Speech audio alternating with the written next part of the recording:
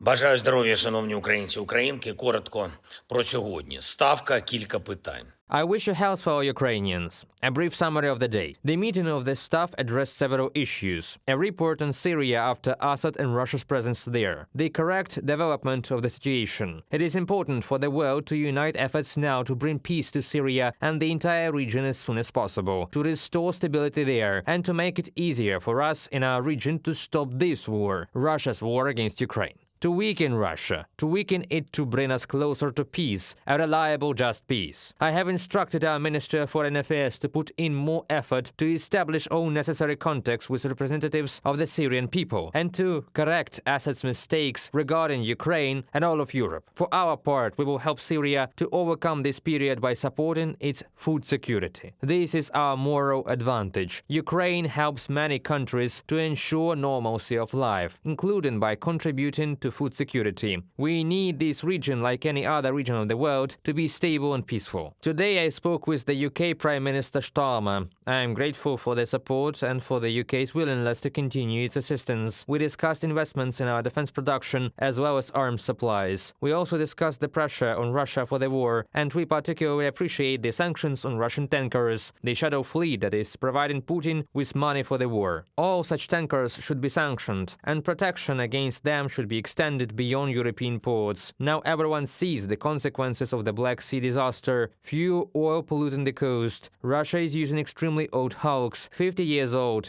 using anything just to make money. This is a full-scale threat, both in terms of financing the war and in terms of environmental damage. No sea in the world, neither the Black Sea, nor the Sea of Azov, nor the Baltic Sea, nor the North Sea, no sea deserves all this damage from the Russian presence. Now in the Black Sea, the fuel oil is a problem of the people themselves, and Putin is doing nothing. He is only interested in his old oreshniks and other madness. We must do our best to force Russia to make real peace and to take responsibility for everything it has done as soon as possible. I thank everyone who is helping us with this. Commander-in-Chief Syrskyi reported on the front line and the areas of the Kursk operation. There are already over 3,000 wounded and killed North Korean soldiers in the Kursk region. Russia is simply disposing of them in assaults. Why the Koreans should fight for Putin is a question that no normal person on earth can answer. And unfortunately, the world is doing almost nothing to counter the criminal collaboration between Russia and North Korea. Although it is a threat to every state, including those near the Korean peninsula, to China,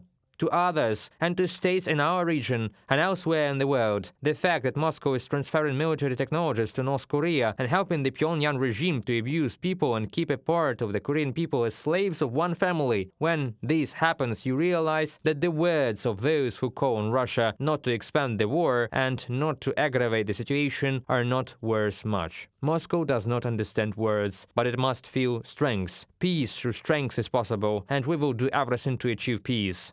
And one more thing about Slovakia. There have been many questions from journalists today about Fico's trip to Moscow. In fact, after our conversation in Brussels, in the presence of all European leaders, nothing surprises me anymore. We are fighting for lives. Fico is fighting for money. And hardly for Slovakia's money. Shadow agreements with Putin are either a trade of state interests or working for personal gain. We presented him with an offer regarding potential compensation for Slovaks. The Slovaks specifically for losses from Russian transit, as well as alternatives for transit. Any other gas, not Russian, at the request of the European Commission. We were ready to do this. Fico did not want compensation for the Slovaks, and he does not want to cooperate with the European Commission. For some reason, he finds Moscow more profitable. Everyone in Europe understands why. There is no one who does not understand. All European countries need to work together to ensure security for every nation.